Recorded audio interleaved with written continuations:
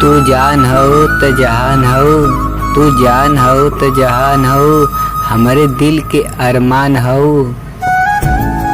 तू तो हमके बिना देखले जी ले लू।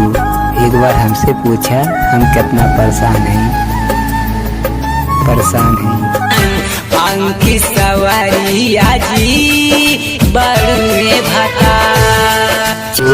अरे नींद कहाँ से आई, तू तो सपना में आके जगा देलू।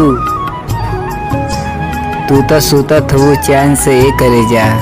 अरे तू तो सुतत हो चैन से ये करे जा, लेकिन एक बार हमसे पूछा हम पर का बीतत है। सुना ये करे जा, ये करे जा। सवारिया के रख ले तू मान के, आपन बना ला गोरी कहिले कसम